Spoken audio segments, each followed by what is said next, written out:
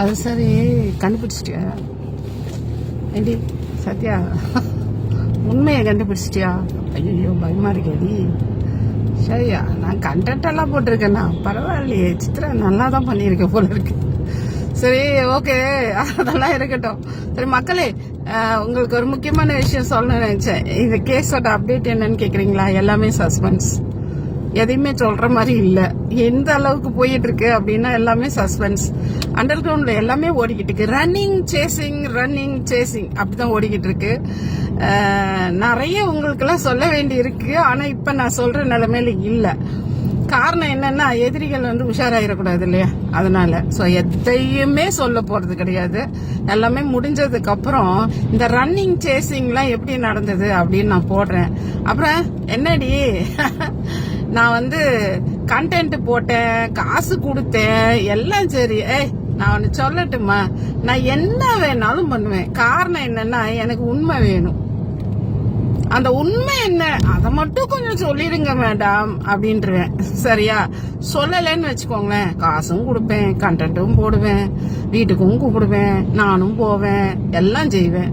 கடைசியா உண்மை வந்ததுக்கு அப்புறம் கழட்டி விட்டுருவேன். எனக்கு தேவை உண்மை.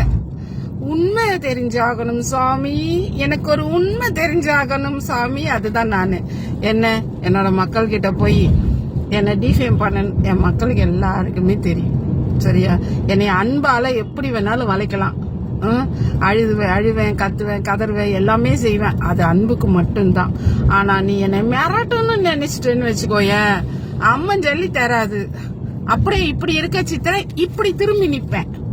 ஒரு யூ டர்ன் போட்டு திரும்பி நிப்பேன். அந்த அன்னியன் படத்துல வர்ற மாதிரிதான். அன்னியனா அம்பியா இருக்கிற நானு அன்புக்கு மட்டும்தான் அம்பியா இருப்பேன்.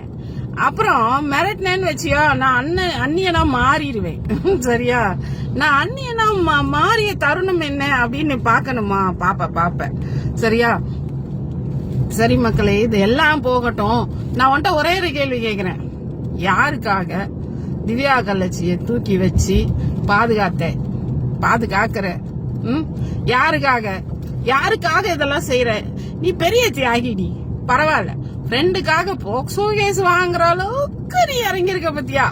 அந்த அளவுல நீ பெரிய தியாகி தான். சரி, அதெல்லாம் போகட்டும். மூஞ்சை காட்டி பேச வேண்டியது தானே? ஏன் ஒளிஞ்சுக்கிட்டு பேசுற? மூஞ்சை காட்டி பேசு. ஆளு மூஞ்சியும் பேரு தெரியுமா உனக்கு? எல்லாம் முடிஞ்சு போச்சு. சரியா? ரீல்லாம் அந்து போச்சு. சரி, மக்கள் கிட்ட என்னன்னா, சரி ஏண்டி பயத்துல கதற? ஏன் கதற?